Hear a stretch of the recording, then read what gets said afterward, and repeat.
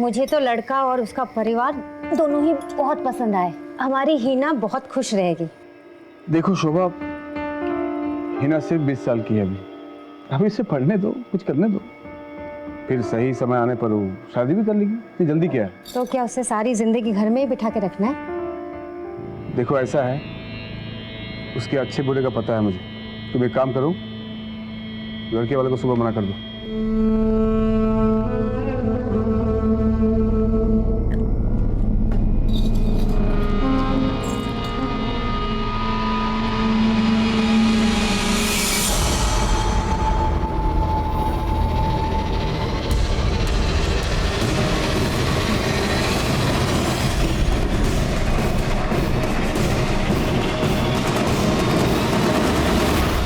हाँ प्रमोद, एक काम करो, तुम पेशेंट को आईसीयू शिफ्ट करो, मैं पहुंच रहा हूँ।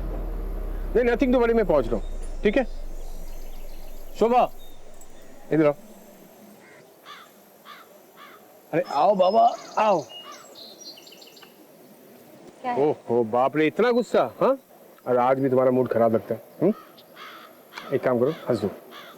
अरे हंस भी दो, हंस दो, हंस दो। क्या कर रहे हैं आप? देखो कितनी खूबसूरत लग रही हो हंसते, हंसते रहना चाहिए। हाँ, आई एम सॉरी। चलिए मैं नाश्ता लगवाती हूँ, अब जल्दी रेडी होके आती ठीक, ऐसे हंसते रहना। So everyone is ready for breakfast.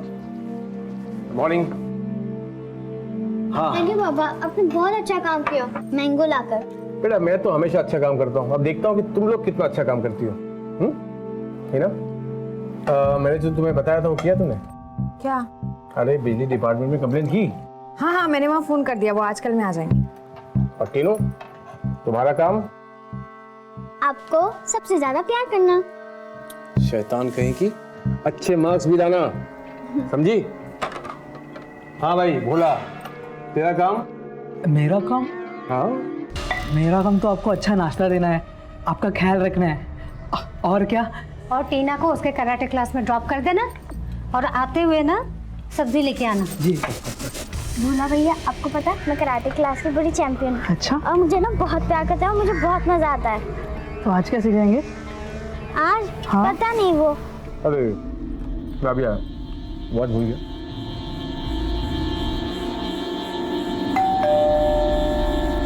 तू नाश्ता कर, शायद बिजली विभाग वाले लोग आए होंगे, मैं देखती हूँ।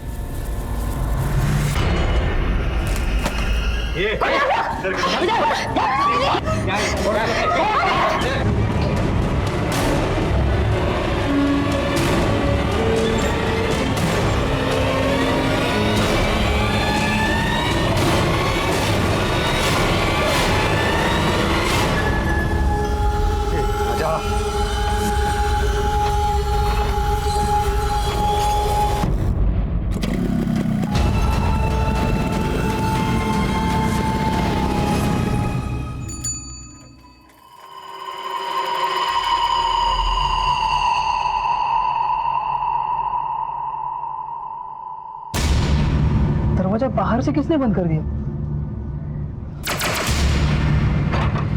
दीदी!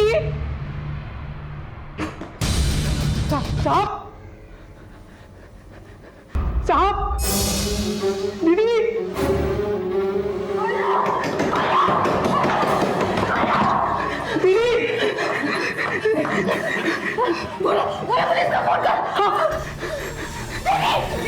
Hello hello police station, hello. हाँ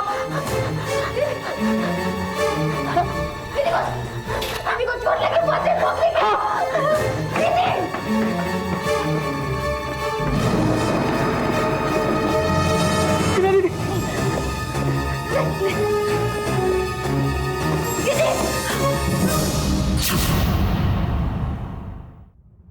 एक घर जहां हर तरफ हंसी और मुस्कान खिल रही थी, वहीं कई राज भी पल रहे थे। जहां रिश्तों में गर्माहट थी, वहीं रात की काली परछाई अपनों पे पड़ रही थी।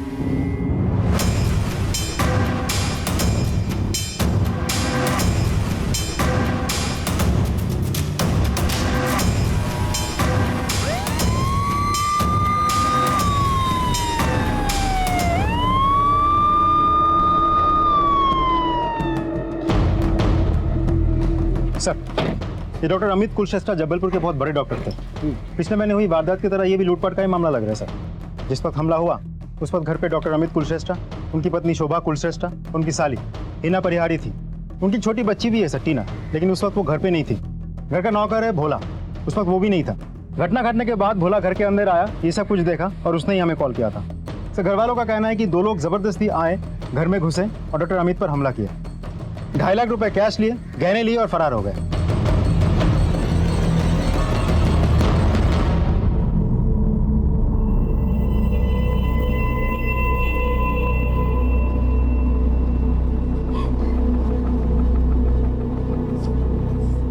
बोला पानी लेकर आओ। मैडम आपने उन्हें देखा तो होगा, वो दिखने में कैसे थे? दीदी दीदी दीदी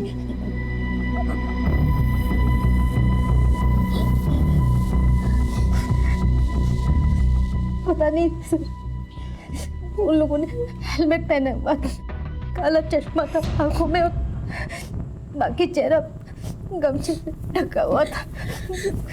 मेरे सामने आपने बिना देखे ऐसे कैसे दरवाजा खोल दिया? सर हमारे घर में कुछ दिनों से मीटर में कुछ प्रॉब्लम आ रही थी, तो हमने बिजली विभाग में फोन करके कुछ लोगों को बुलाया था। मुझे लगा वही लोग हैं, इसलिए मैंने पीप होल से देखे हुए नहीं दरवाजा खोल दिया। और जैसे ही मैंने दरवाजा खोला उसने मुझे धक्का दिया और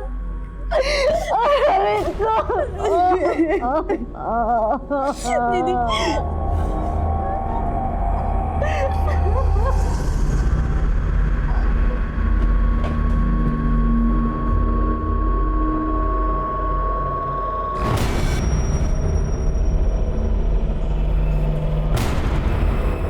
सर बड़ी अजीब बात है, घर में रॉबरी हुई है लेकिन सामान तो कुछ भी बिखरा हुआ नहीं है, सब कुछ ठीक ठाक है। इसका मतलब है रॉबरी करने वालों को सिर्फ कैश और गहनों से ही मतलब था। जब ये सब हुआ तुम यहीं थे ना? नहीं साहब, हम तो टीना देवी को उसके कराटे क्लास छोड़ने गए और जब हम वापस आए तब देखा दरवाज़ा बाहर से बंद था। हमने दरवाज़ा खोला, अंदर देखा पूरा खून खून था और हमारे डॉक्टर साहब खून में लथपथ पड़े थे। और वो लोग जाते जाते हमारी मैडम और हिना दीदी को बाथरूम में बंद करके चले गए।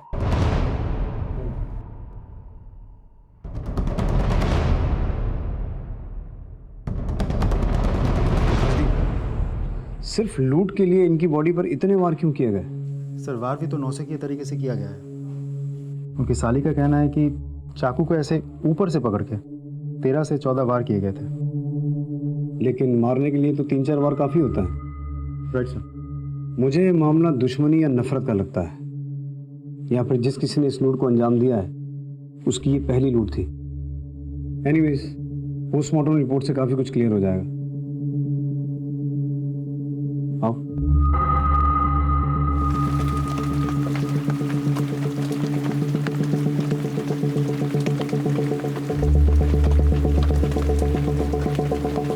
आओ। साहब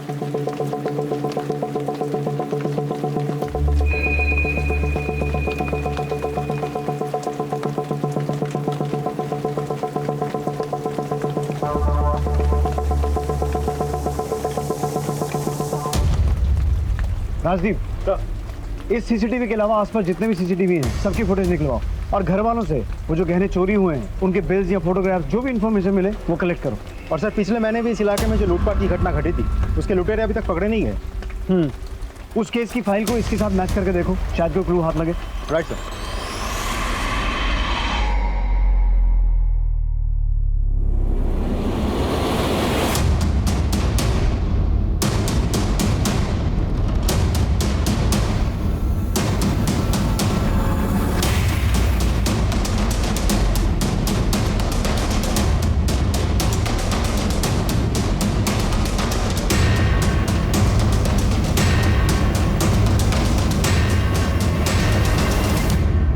राजदीप सर, इस बाइक के नंबर से पता लगाओ ये बाइक किसके नाम पर रजिस्टर्ड है, और इस दूसरे क्लिप में जो पान वाला नजर आ रहा है उससे कुछ इन्फॉर्मेशन निकालो। Okay sir.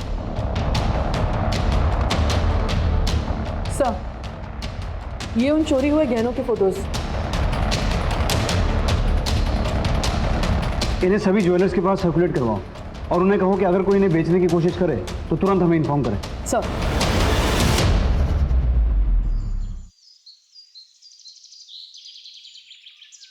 सर, उस पान वाले ने जो डिस्क्रिप्शन दिया था उसके हिसाब से हमने ये स्केच बनवाया। ये आदमी उनमें से नहीं है जिन्होंने पिछले महीने की लूट की वारदात को अंजाम दिया था। ये देखो।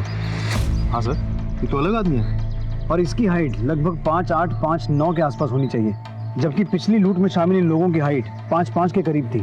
तो सर ऐसा भी तो हो सकता है कि उसी ग्रुप के बाकी के लोग हों। हो सकता है।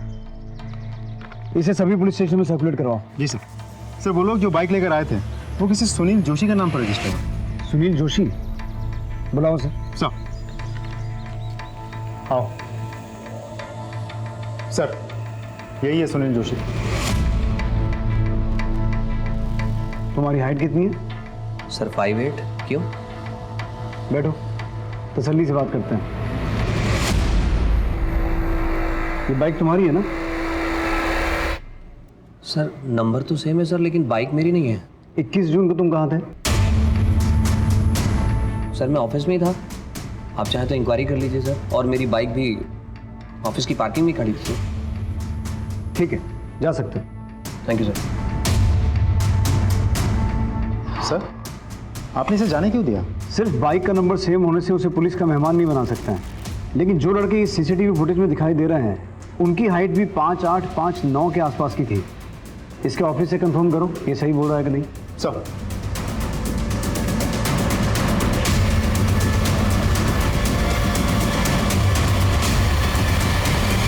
सर मैंने चेक किया, सुनील सही कह रहा है। वो ऑफिस में ही था और उसकी बाइक भी पार्किंग एरिया में ही थी। यानी कि वो जो कोई भी है ये बात अच्छी तरह से जानता था कि डॉक्टर अमित के घर में कैश और ज्वेलरी है, और घर वालों ने बिजली विभाग में शिकायत की हुई है। कहीं ये काम किसी जान पहचान वाले का तो नहीं है?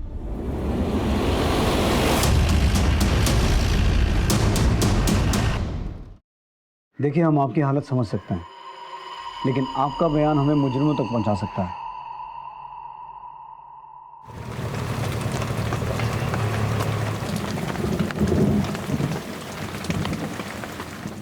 इसलिए हमारा चाची,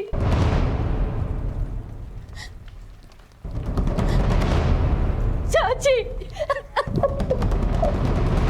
ये कौन है? ये मेरी भतीजी प्रिया है सर, अहमदाबाद में रहती। क्या ये हम बैठ सकती? जरूर। शोभा जी, मुझे आपसे सिर्फ एक बात जाननी है कि डॉक्टर अमित की किसी के साथ कोई दुश्मनी थी, या कोई ऐसा जो डॉक्टर अमित से नफरत करता हो? मुझे मालूम नहीं सर। किसी भी तरह की दुश्मनी, कोई झगड़ा, अनबन? नहीं सर, डॉक्टर साहब बहुत ही अच्छे इंसान थे। उनकी किसी से कोई दुश्मनी नहीं थी सर।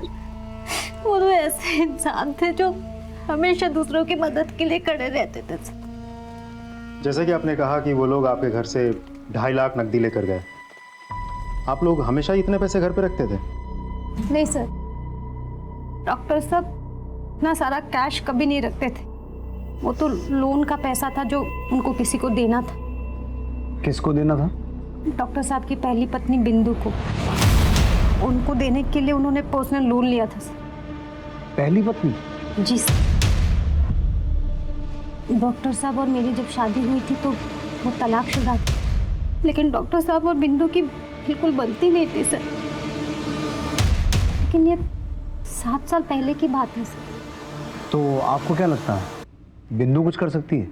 मुझे नहीं पता सर, लेकिन कुछ दिन पहले पैसों के लिए बहुत बड़ा झगड़ा हुआ था। कैसे समझाऊं इंजेक्शन? और जोर जोर से हंस लो। बहुत हंसी आ रही है ना मेरी जिंदगी बर्बाद करके। चलो निकलो यहाँ से, मुझे इनसे कुछ बात करनी है। 1 मिनट शोभा। बिंदु, शोभा मेरी पत्नी है। तुम्हें जो कुछ भी कहना है इसके सामने कहो। ठीक है, मुझे पैसे चाहिए। मैं कितनी बार कह चुका हूं कि तुम्हें देने के लिए मेरे पास इतने पैसे नहीं है। मुझे देने के लिए पैसे नहीं है? हाँ, मुझे पैसे चाहिए, वरना कोर्ट कचहरी का रास्ता मुझे भी पता है। तुम डॉक्टर साहब से इतनी बदतमीजी से बात नहीं कर सकती। ये तो मैं बहुत इज्जत से बात कर रही हूँ। तूने मेरी बदतमीजी कहाँ देखी है? देख लूंगी मैं तुम दोनों को। तलाक के समय में भी डॉक्टर साहब ने बिंदु को बहुत सारा पैसा दिया था सर, लेकिन कोई लिखा पढ़ी नहीं की गई थी और इतने सालों में उसने भी कुछ नहीं कहा सर। लेकिन कुछ दिनों पहले से वो पैसों के लिए अड़ गई। वो ब्लैकमेल करने लगी, धमकियां देने लगी सर। एक नंबर की कमी नहीं है वो शुभ। मेरा घर तोड़ दिया, मेरी जिंदगी बर्बाद कर दी उसने। झूठ तो बोलेगी ना। डिवोर्स लेते वक्त मैंने कुछ नहीं मांगा, पर आज मुझे जब पैसों की जरूरत आन पड़ी तो मैंने डॉक्टर साहब से पैसे मांगे और उन्होंने मुझसे वादा भी किया कि वो मुझे पैसे देंगे। लेकिन एकदम से पैसों की ऐसी क्या जरूरत आन पड़ी थी आपको?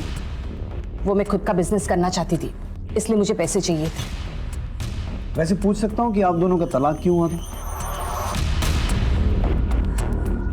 मरे हुए लोगों के लिए गलत नहीं कहते, लेकिन डॉक्टर साहब एक नंबर के गंदे आदमी थे। ऐसा भी क्या किया था उन्होंने?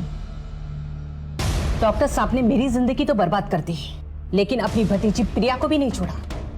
अस्पताल, घर, सब जगह मुंह मारते थे वो। सिर्फ बिंदु डॉक्टर अमित के बारे में ऐसा क्यों बोल रही है? राजदीप, तुम हॉस्पिटल जाओ और ये पता लगाओ कि डॉक्टर अमित का कैरेक्टर था कैसा। तब तक हम प्रिया से मिल के आते हैं। बिंदु के बयान से पुलिस एकदम सख्ते में आ गई। डॉक्टर अमित की छवि अभी तक बहुत ही साफ सुथरी थी, लेकिन बिंदु का यह कहना था कि डॉक्टर अमित एक अय्याश आदमी था जिन्होंने अपनी भतीजी प्रिया के साथ दुष्कर्म किए थे। तो क्या था डॉक्टर अमित का सच? अच्छा, लो दूध पी लो।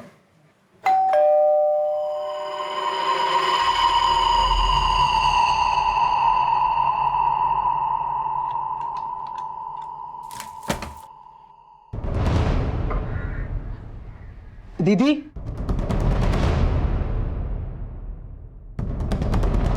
उनके साथ कभी भी किसी का कोई गलत संबंध रहा हो या उन्होंने अपने पद का कभी गलत फायदा उठाने की कोशिश की हो? नहीं सर, डॉक्टर साहब तो बहुत अच्छे इंसान थे। उन्होंने तो कभी किसी का बुरा ही नहीं किया था। बिंदु जी ने हमें बताया कि डॉक्टर अमित का कैरेक्टर ठीक नहीं था। उनके अलग अलग लड़कियों के साथ रिलेशंस थे। सर मेरे दोनों बच्चों का पढ़ाई का खर्चा उन्होंने उठाया। कोई कैसे ऐसे आदमी के बारे में बुरा सोच सकता है सर? उनका तो ये भी कहना है कि डॉक्टर अमित का आपकी भतीजी प्रिया के साथ भी नाजायज संबंध है। नीच औरत है सर। मेरे और डॉक्टर साहब के प्यार से शुरू से जलती थी, और वो प्रिया के बारे में ऐसा कैसे बोल सकती है सर? 11 साल की थी जब डॉक्टर साहब ने उसे घर लाया और अपनी बेटी की तरह पाला है सर। जब प्रिया के माँ बाप की मौत हो गई तो डॉक्टर साहब ने प्रिया को सहारा दिया, लेकिन कुछ लोगों को हर रिश्ते में गंदगी ही नजर आती है। और हॉस्पिटल में डॉक्टर साहब का कहीं किसी के साथ कुछ नहीं चल रहा है सर। आप इतने दावे के साथ कैसे कह सकती हैं? आपको क्या पता कि डॉक्टर अमित हॉस्पिटल में कैसे थे? क्योंकि मैंने 5 साल डॉक्टर साहब के हॉस्पिटल में काम किया है एज ए हेड नर्स। मुझे आपकी भतीजी प्रिया से मिलना है। कितनी कमीनी औरत है वो। मेरे और मेरे चाचा जी के लिए ऐसे कैसे कह सकती है वो? एक अनाथ को एक बाप की तरह प्यार किया था उन्होंने, और कोई कुछ भी कहे। आपको शर्म नहीं आई मुझसे इस तरीके के सवाल करते हुए? क्या पुलिस वाले किसी से कुछ भी सवाल करेंगे? देखिए मुझे कुछ नहीं सुनना। निकल जाइए आप लोग यहाँ से।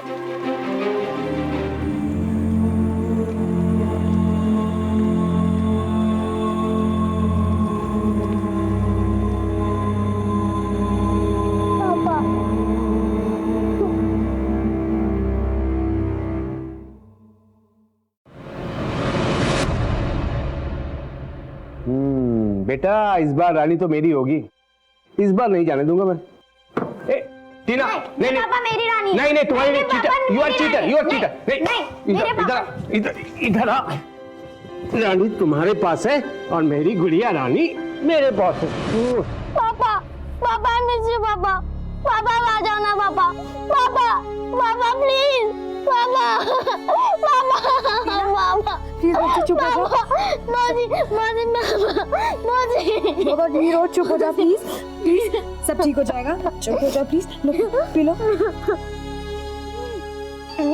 पापा, पापा, पापा।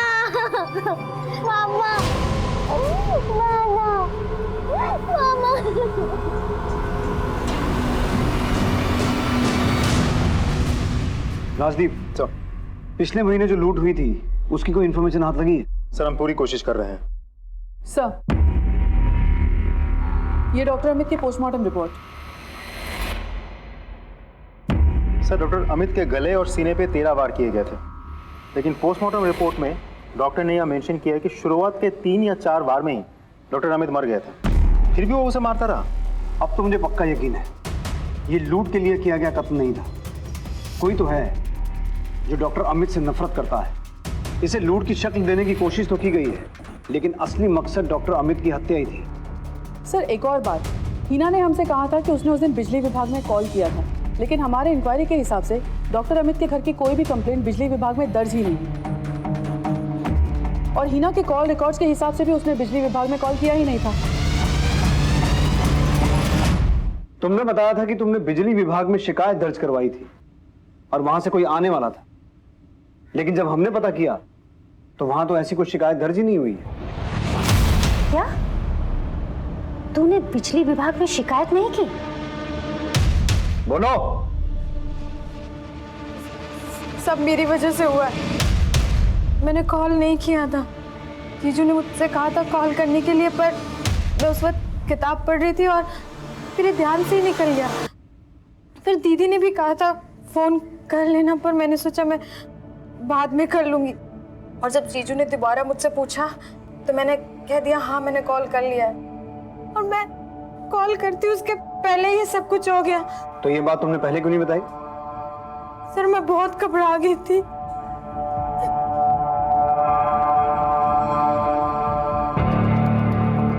सर आपको हिना के बात पर यकीन है? जेन्युइन मिस्टेक थी। कई बार लोग बाग काम को टाल देते हैं, लेकिन जिस किसी ने किया है वो ये बात अच्छे तरीके से जानता था कि डॉक्टर अमित ने बिजली डिपार्टमेंट के लोगों को घर बुलाया है, और वो ये भी जानता था कि डॉक्टर अमित को लोन के पैसे मिलने वाले थे। वो या तो कोई करीबी है या किसी करीबी के संपर्क में है, क्योंकि वो इस घर की पूरी ज्योग्राफी जानता था। हाँ राजदीप सर, हमें जो सुनील जोशी मिला था, जिसके बाइक के नंबर उन लोगों ने यूज किया था, एक्चुअली वो सुनील जोशी डॉक्टर अमित की पहली बीवी बिंदु के टच में है। तो फिर सुनील और बिंदु दोनों को पुलिस स्टेशन बुलाओ। सर हाँ, हम जानते हैं एक दूसरे को। तो तुम दोनों सिर्फ एक दूसरे को जानते नहीं हो, तुम्हारा अफेयर चल रहा है। क्या बकवास है ये? कोई सबूत है आपके पास? ये तुम दोनों के कॉल रिकॉर्ड्स, कैसे रात रात भर तुम दोनों एक दूसरे से बातें करते हो, और जिस रात बातें नहीं कर रहे होते हो उस रात तुम दोनों का मोबाइल एक ही एरिया में एक्टिव होता है। इसके अलावा और भी सबूत लाके दे सकते हैं। हाँ, हमारा अफेयर चल रहा है। मेरा डिवोर्स हो चुका है, तो मैं कुछ भी कर सकती हूँ, लेकिन डॉक्टर साहब के कदम से हमारा क्या लेना देना? लेना देना है बाइक का सेम नंबर होना, डॉक्टर अमित के घर में 2.5 लाख रुपए कैश का होना, और वो पैसा आपको चाहिए था। साथ ही साथ लाखों की ज्वेलरी की लूट हुई है, और जिस तरीके से डॉक्टर अमित का कत्ल हुआ है ना, वो बदले की भावना की ओर इशारा करता है। और आप तो डॉक्टर अमित से काफी नफरत करती थी ना, और वो पैसा आपको अपने बिजनेस के लिए नहीं, सुनील के बिजनेस के लिए चाहिए था। इसलिए जैसे ही आपको पता चला कि डॉक्टर अमित के घर में लोन का पैसा आ गया है, आपने दिन दहाड़े उनके घर में घुसकर उनका कत्ल किया, और साथ ही साथ वो कैश और वो ज्वेलरी लूट ली। डॉक्टर अमित को मैं क्यों मारूंगी जब वो खुशी से मुझे पैसे देने के लिए तैयार थे? बिंदु जी, ये भी तो हो सकता है कि उन्होंने आपको टालने के लिए पहले हाँ बोल दी हो और बाद में उनका मन बदल गया, और जब आपको ये बात पता चली तो आपने गुस्से में आकर ना सिर्फ उनका कत्ल किया, बल्कि वो कैश और ज्वेलरी लेकर वहां से फरार हो गए। मैंने ऐसा कुछ नहीं किया, और ये बकवास अपने पास रखी, समझे? इंस्पेक्टर साहब, आप बिना किसी सबूत के इन्हें हाथ नहीं लगा सकते। हम क्या क्या कर सकते हैं आपको अंदाजा भी नहीं है। ठीक है, पहले सबूत लेके आइए, बाद में जो करना है वो कीजिए। चलिए। सर, जब आपको पहले से डाउट था कि सुनील और बिंदु ने ये सब कुछ किया होगा, तो आपने उन्हें जाने क्यों दिया? सर, रिमांड में लेते सारा सच उगल देता। राजदीप, तुमने कभी शतरंज खेली है? जी सर। शतरंज के खेल में अक्सर हमारी नज़र वजीर, घोड़े, हाथी और ऊंट पर होती है, लेकिन अगर सामने वाला खिलाड़ी शातिर है तो वो इसी बात का फायदा उठाकर अपने प्यादों से ही चेकमेट दे देता है। तो मेरी नज़र उस वजीर पर नहीं बल्कि उन प्यादों पर है जिन्होंने बिसात बिछाई है। समझा सर। जिस किसी ने डॉक्टर अमित का मर्डर किया है वो सुनील और बिंदु के संबंध के बारे में बहुत अच्छे से जानता था। उसने बड़ी चालाकी से सुनील की बाइक को वजीर बनाकर हमारे सामने खड़ा किया और पीछे से अपनी चाल चल गया। डॉक्टर अमित के घर लोन के पैसे रखे हुए थे, उनके घर बिजली विभाग से लोग आने वाले थे। ये सब कुछ इत्तेफाक नहीं हो सकता। ये एक जाल है जो बड़ी चालाकी से बुना गया है। सर मैंने चोरी की ज्वेलरी की सारी पिक्चर्स सारे सुनार में डिस्ट्रीब्यूट कर दी थी, इन केस कोई उसे बेचने आए। तो आज जबलपुर के बाहर के एक शॉप से मुझे कॉल आया है। कल कोई वहाँ इस इयरिंग सेट को बेचने गया था। वो सुनार ने इन बालियों को पहचान लिया और उसने उस आदमी से ये कहा कि वो चोरी का सामान अपने शॉप में नहीं खरीदता क्योंकि वहाँ पे सीसीटीवी कैमराज लगे हैं। और उस सुनार ने उस आदमी को आज शाम को अपने घर के बाहर बुलाया है। Very good.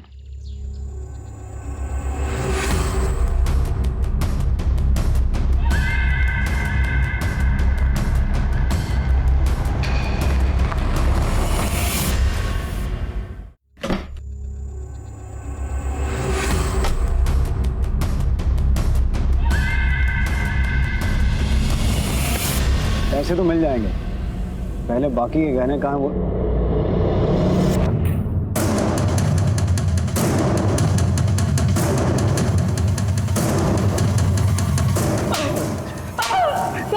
मैंने कुछ नहीं किया, मैंने कुछ नहीं किया। बोल, सच बोल। हाँ बता रहा हूँ सब। उस दिन जब कांड हुआ तो हिना दीदी ने कहा hello hello police station, hello. हाँ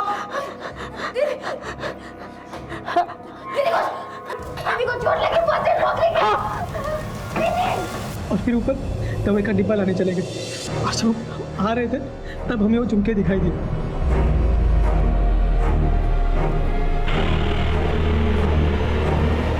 साहब हमें झुमके इन सब के कमरे में मिले। हमने 3-4 दिन इंतजार, जब लगा पुलिस को पता नहीं चलेगा तो ये शहर के बाहर लेके आए बेचने के लिए। साहब हमारी माँ को गांव में पैसों की बहुत ज़रूरत है साहब। झूठ बोलता है।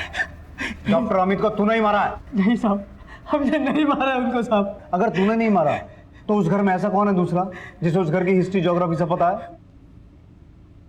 साहब वो हिना दीदी का एक दोस्त है, बॉयफ्रेंड साहब। वो घर में छुप के आता था साहब, उसी ने मारा होगा।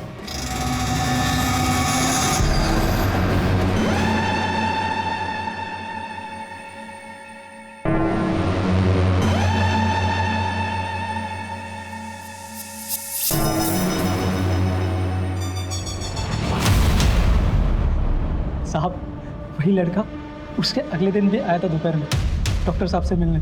कहाँ? अस्पताल में।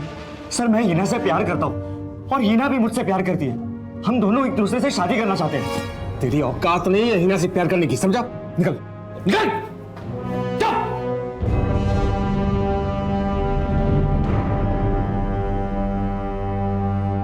उसके अगले दिन तो पूरा कांड हो गया। लेकिन हॉस्पिटल में तो हमें इस झगड़े के बारे में किसी ने कुछ नहीं बताया। साहब जब ये झगड़ा हुआ तब डॉक्टर साहब के केबिन में मेरे सिवा और कोई नहीं था। तो तू अभी तक चुप क्यों बैठा था? साहब हमें तो लगा डाका पड़ा है, पर आप लोग हमें उठा रहे हैं, इसलिए जो देखा सब बता दिया साहब। जरा इस हिना की कॉल रिकॉर्ड चेक करो। सब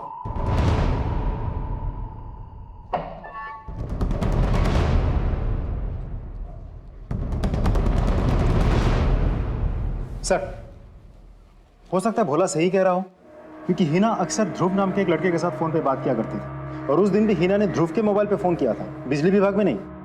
और जिस दिन डॉक्टर अमित के घर पे हमला हुआ उस दिन इस ध्रुव के मोबाइल की लोकेशन डॉक्टर अमित के घर का ही है। सर आप बताएंगे हिना को यहाँ क्यों बुलाया है? हम कुछ नहीं बताएंगे, अब जो भी बताएगी वो हिना बताएगी। बोलो हिना। 21 जून को तुमने बिजली विभाग में फोन नहीं किया था, बल्कि तुमने किसी और को फोन करके अपने घर बुलाया था। किसे फोन किया था?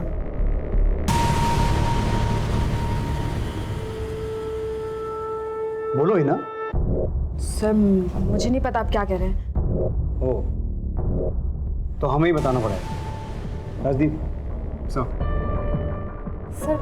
प्लीज बताइए ना क्या बात है, हमें कुछ समझ में नहीं आ रहा है। सब पता चल जाएगा।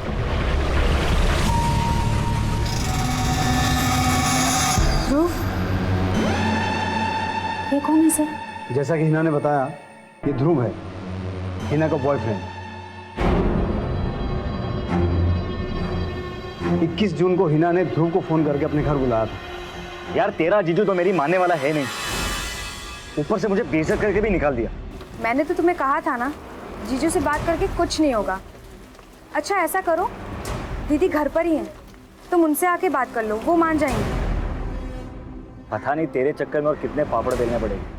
थी वो, मैंने ध्रुव को घर पे बुलाने के लिए कॉल किया था, आपसे मिलवाने के लिए, पर मुझे पता नहीं था कि उस दिन सेकंड सैटरडे जीजू हॉस्पिटल लेट जाएंगे और ये सब हो गया। जी सर, मैं हिना की जीजू से बात करने के लिए हॉस्पिटल गया था, जहां डॉक्टर अमित ने धक्के मार के तुझे अपने कैबिन से बाहर निकाल दिया। जी बिल्कुल। तो तुझे गुस्सा तो आया होगा। आया था सर, पर उतना भी नहीं जितना कि आप लोग सोच रहे हैं। सर अगर आपको ये लगता है कि गुस्से में आके मैंने उनका मर्डर किया तो आप गलत है। सर मैं सिर्फ हिना से शादी करना चाहता था, इसलिए उसकी बहन को मिलना मैं उसके घर गया था, बस। क्या हुआ आंटी? आपको पता नहीं डॉक्टर अमित का खून हो गया है, पैसे जेवर सब लेके चले गए। मेरी हिम्मत ही नहीं हुई सर, मैं डर गया इसलिए बाहर से ही निकल गया। राजदीप सर, कहानियां अच्छी बनाता है, लेकिन ये नहीं जानता कि पुलिस वाले कहानियों से बहलते नहीं हैं। इसे इसी लॉकअप में रखो। सर प्लीज मेरी बात सुनिए, मैंने कुछ नहीं किया सर। सुनील और ध्रुव पे शक था। मामला लूट और खून का था, लेकिन पुलिस को बार बार यही लग रहा था कि ये कहानी कुछ और ही है। पुलिस को शक तो था, लेकिन वो पक्के तौर पर यह नहीं कह सकती थी कि कत्ल में इन चारों में से किसी एक का हाथ है या फिर कोई और है जिसने डॉक्टर अमित को मारा था। इस बीच में पुलिस के पास एक खबर आई। हेलो सर, पिछले महीने हुए लूट के आरोपी पकड़े गए हैं। आज शाम तक हमारी दूसरी टीम उन्हें थाने ले आएगी। ओके सर, पिछले लूट के आरोपी पकड़े गए हैं।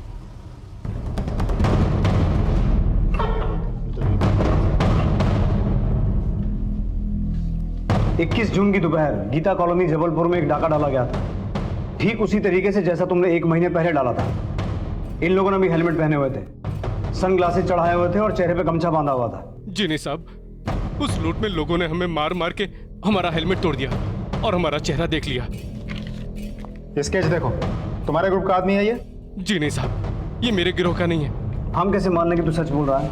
हो सकता है तो अपने साथी को बचाने की कोशिश कर रहा। जी नहीं साहब, हम उस लूट के बाद जबलपुर से बाहर चले गए थे और रायपुर में हम अंडरग्राउंड हो गए। सर, हमने अपनी पूछताछ वेरीफाई किया है, ये सही कह रहा है।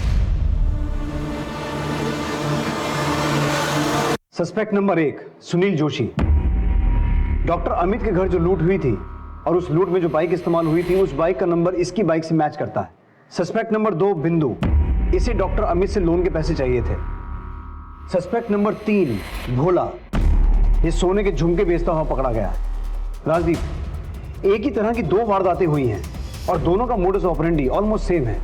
पिछले महीने जो वारदात हुई थी उसके दोनों एक्यूज्ड हमारी हिरासत में हैं, लेकिन उनका कहना है कि डॉक्टर अमित के घर जिन लोगों ने वो वारदात को अंजाम दिया वो इनके गैंग के नहीं है। और जिन लोगों ने डॉक्टर अमित के घर हुई लूट को अंजाम दिया था वो पान वाले से डॉक्टर अमित के घर का एड्रेस पूछ रहे थे। आखिर ये माजरा क्या है?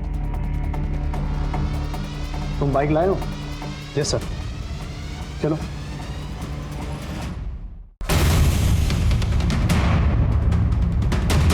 डॉक्टर अमित कुलश्रेष्ठ का घर कौन सा है? अच्छा, कुछ सुनाई नहीं दे रहा सर।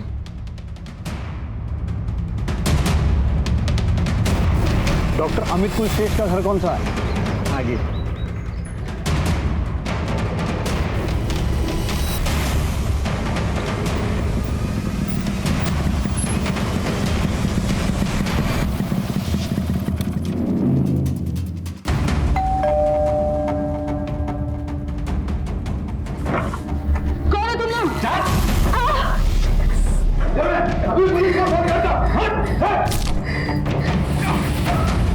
तिजोरी की चाबी दो। स्टॉप। राजदीप, तुम्हें कैसे पता कि तिजोरी ऊपर है? सर, कितनी बार तो आ चुके हैं हम। स्टार्ट, जाओ। तुम दोनों इधर आओ, इधर आओ।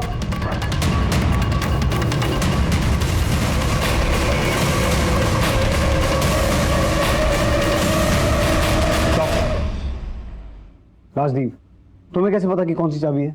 सर, कौन सी ये तो नहीं पता, एक एक करके सब ट्राई करते हैं। राइट। इस तिजोरी को फोरेंसिक जांच के लिए भिजवाओ और ये पता लगवाओ कि क्या इस तिजोरी को बार बार गलत चाबी लगा के खोलने की कोशिश की गई थी। So continue.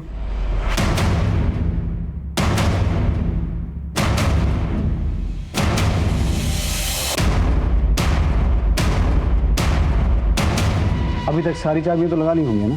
Yes sir. Count 3 and come down. Sir चलो 1 2 3। स्टार्ट। तुम अंदर चलो, अंदर चलो दोनों। मैं नहीं जाऊंगी। अंदर जाओ। मैं नहीं जाऊंगी। चलो। Stop. Sorry to bother you, लेकिन ये रिक्रिएशन हमारे लिए बहुत जरूरी था। Thank you. आ जाओ।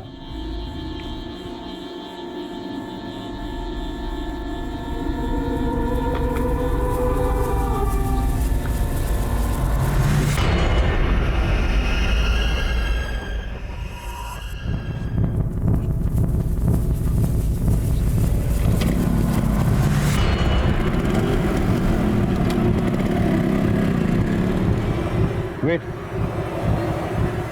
20 मिनट। चलो।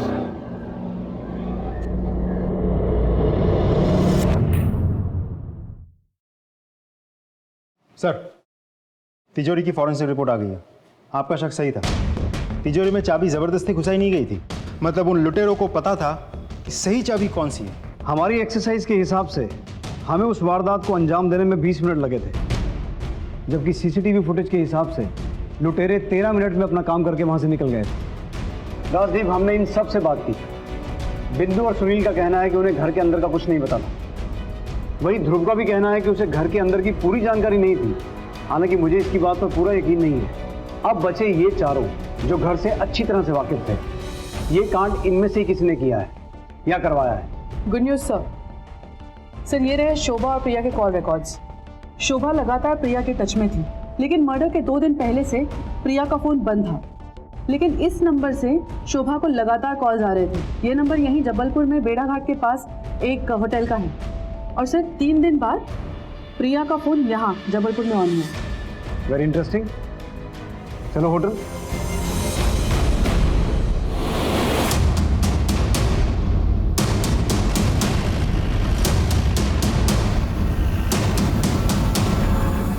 Excuse me. Yes sir. Sketch देखिए ज़रा। ये आदमी आपके होटल में आया था? सर, यहाँ इतने लोग आते हैं, सबका चेहरा याद रखना मुश्किल है। तो फिर ये बताइए कि आपके होटल से बार बार फ़ोन क्यों किया जा रहा था? ये आपके होटल के नंबर है ना? हाँ सर, हमारे होटल का नंबर है। तो ज़रा चेक कीजिए, इतने सारे कॉल्स किसने किए? सर, रूम नंबर 301 कोई लेडी थी, प्रिया मेहता।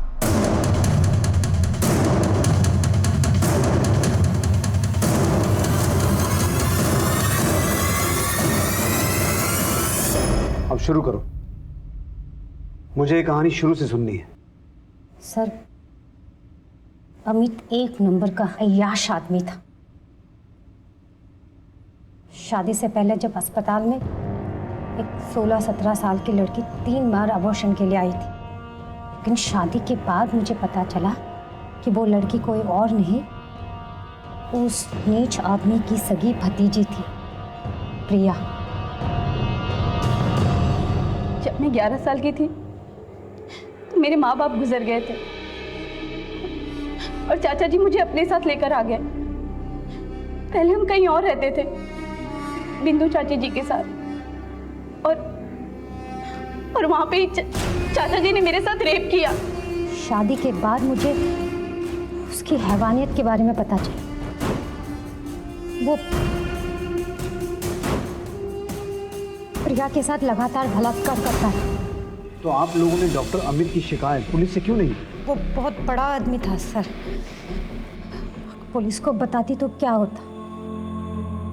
प्रिया की बदनामी, उससे शादी कौन करता, इसीलिए मैंने जल्दी से प्रिया की शादी करवा दी।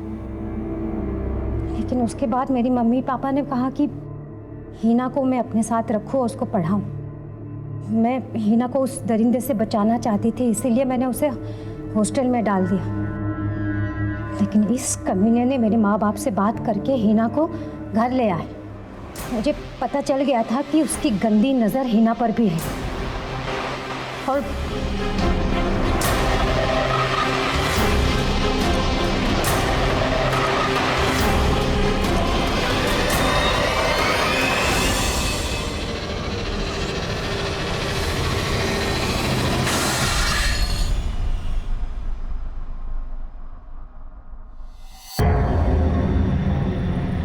शोभा चाची ने मुझे कॉल करके बताया कि चाचा जी की बुरी नज़र अब हिना के ऊपर है, इसीलिए मैंने सारी बात अपने पति को बता दी और उन्होंने अपनी 2 दोस्तों के साथ मिलकर उस दरिंदे को मार दिया। मुझे कोई दुख नहीं है उसको मारने का, लेकिन आपने उन्हें मारकर ना सिर्फ अपनी प्रिया की बल्कि अपनी बेटी की भी जिंदगी बर्बाद कर दी। शोभा और प्रिया के बयान पे पुलिस ने उन दोनों अपराधियों दिलीप शर्मा और मनोज कुमार जिन्होंने डॉक्टर अमित का खून किया था को अपनी हिरासत में ले लिया और अब शोभा और प्रिया भी सलाखों के पीछे थे। हीना, अरे क्या गाना सुन रही है? चल जल्दी से तैयार हो जा, लड़के वाले आते ही होंगे।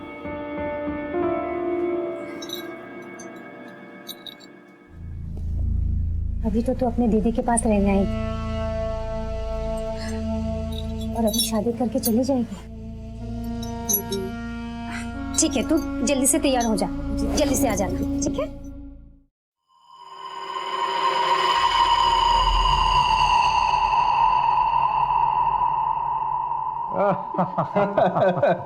अरे गुप्ता जी आप भी ना। अरे लीजिए ना। Thank you. डॉक्टर साहब, हमें आपकी हिना बहुत पसंद आई है।